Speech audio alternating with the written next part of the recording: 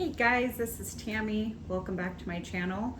I am super excited because today I get to share a recipe and be a part of the 2026 Jarred Up July that Chris over at City Girl Homestead and Angela with the Inquisitive Farmwife have invited me to be a part of their collaboration. If you're anything like me and you go to the farmer's market and you buy a whole bunch of peaches, I usually buy them by the case, you use them up in all these awesome recipes. So peaches and syrup, peaches and iced tea, peach jam of course, and peach salsa.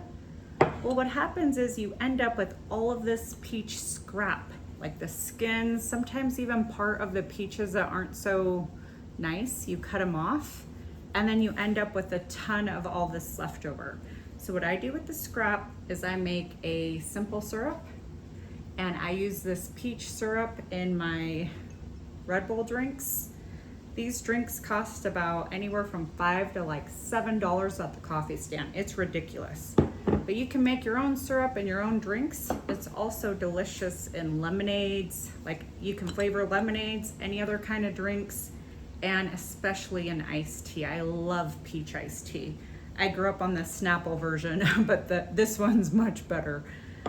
So anyways, this recipe is just, again, for people that buy a lot of peaches, have a lot of scrap left over, and if you don't know what to do with it, this is an awesome recipe.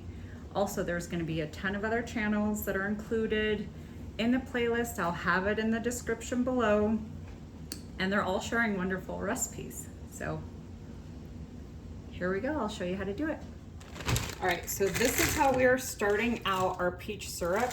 I'm gonna take my frozen scraps that I had of peaches, which just includes like skins and any like chunks of peaches that weren't amazing in this bag, and I froze it.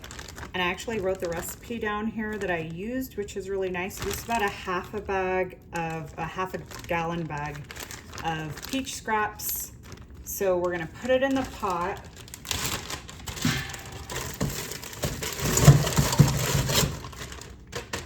And then we're gonna cover it in water, which is gonna probably take a few more cups of these. And then I'm gonna put it on a very low simmer for 35 minutes. I put boil, but I know we wanna simmer it. So we're gonna simmer it for 35 minutes. And then we're gonna strain the juices or the scraps out and measure the amount of juice that comes out.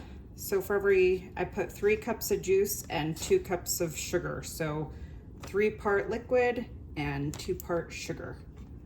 So I am gonna go ahead and start simmering this down. I'm gonna cover it more with water first. And then I will strain it and add the sugar, and I will come back and show you that part. So while this is coming up to a simmer, I wanted to show you guys how to get your water bath canner ready.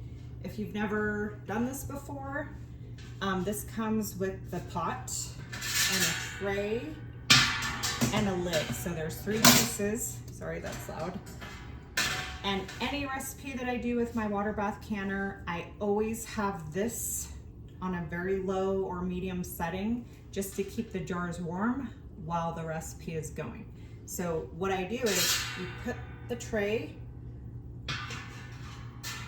in here, and then you put your jars in here, empty jars, no lids. And then I'm actually gonna take this to my sink and I'm gonna fill this up with water so it's just right sitting on top of the jar. You just want the jars go about up to here, so you just want water right above that. So this will be simmering on a very, very low heat, like I said. And the reason I do that personally is so that by the time this part of your recipe is done, whether it's salsa, jam, anything that you're doing on your stovetop, your jars are nice and hot. You can empty them, and I'll show you all this as we go. You can empty them, and then they're completely ready for you to fill with the hot liquid. So if you're doing a recipe where you're doing a hot bath, that's how you want to do it. So you want to make sure that your jars are also hot, because if you use cold jars with hot liquid, you're going to break the jars. So once this is done, I will bring you back. All right, so we are back to the peaches that have been simmering for about 35 minutes. So I would say they are cooked down enough. And what you want to do now is put them through a strainer. If you have a cheesecloth, you can do that. So this is my setup. I grab a bowl. If you don't have a bowl, you can use another big stock pot. And then I just put the strainer right on top. While I'm doing this, I have my lids right here simmering, and here are my jars getting warm. So I'm gonna take this, and I am gonna, you can see everything's like really cooked down. And then you can mash this down as much as you want to get as much juice out of it.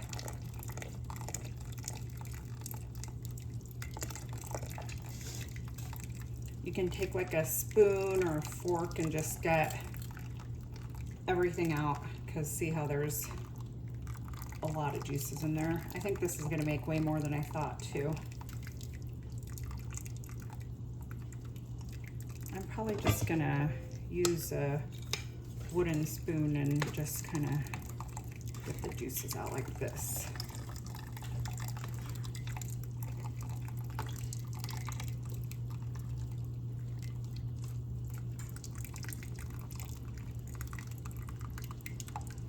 And then once you're, I mean, it's pretty good. I have a lot of the juices. Once you're good, I'm gonna just put this in the sink for now.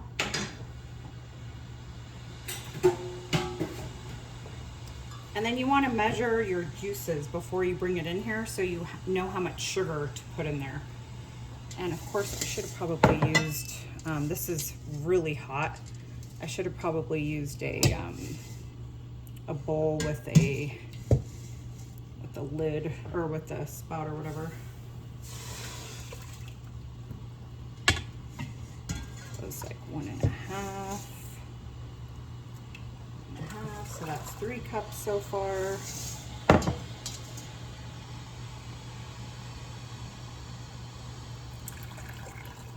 This is making like way more than I wanted to make actually.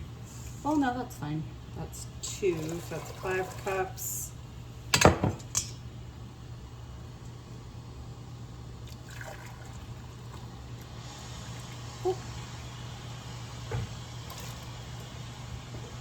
All right, so we have 7 cups of the liquid. Oh, I got that on my hand. And I'm gonna start measuring out the sugar. And also this part is optional. Where's my spoon? This part's optional to put some lemon juice. Oh, here it is. Of course, it's right behind me. I always like to do, add about a tablespoon of lemon juice just to kind of brighten it, just to really get that flavor out of that. All right, so now we're gonna do the sugar. So I'm gonna do 7 cups of liquid. I'm gonna do 5 cups of sugar.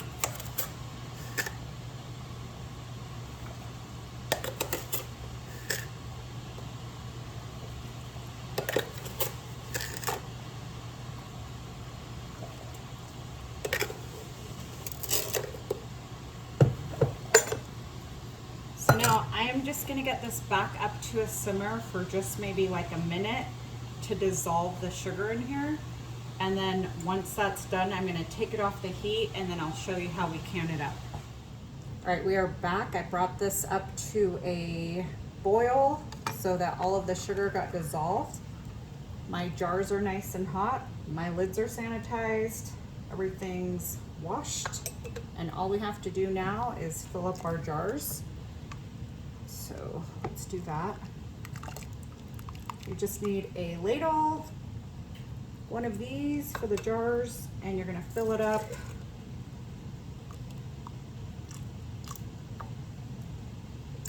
You want a 1/4 inch headspace on these. I usually just eye it. I feel like if you've been doing this for a while, you can eye it pretty well, but if you can't, there is a tool that has all the measurements on it.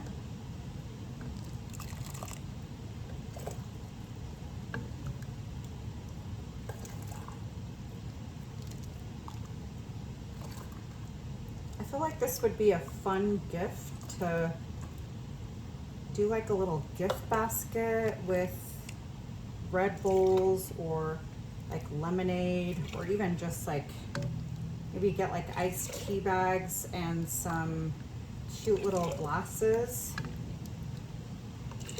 and then just add a jar of the peach syrup in there. I know my friends would love that.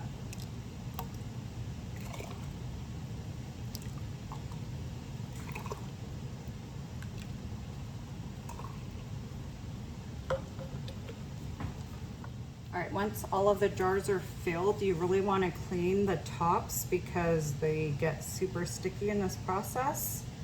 And I just use a paper towel that has like hot water on it, so it kind of melts off whatever's on there. I do not like using vinegar, and this is just a preference. And then you want to do your lids.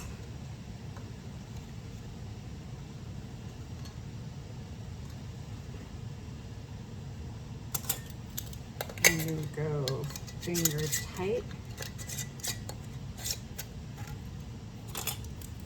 on your,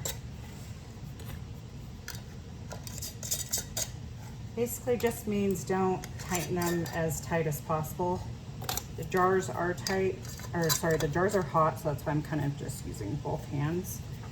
And then you want to put it back into your Waterbath canner. Bring it to a full boil, like a hard boil. This is gonna can for 15 minutes, and because I'm high elevation, I'm gonna do mine for 25 minutes.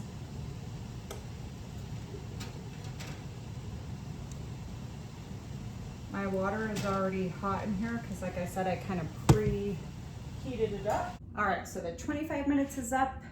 I got everything removed. I kind of let it cool down for about 20 minutes, and then I just use these to get them out of the canner. These will sit on a towel on a cutting board for 24 hours. And then tomorrow you can remove the lid, make sure that it's sealed, wash it, and you can store it just like that. I just want to again say thanks again to Chris and Angela for including me in this playlist, and see you guys in the next video.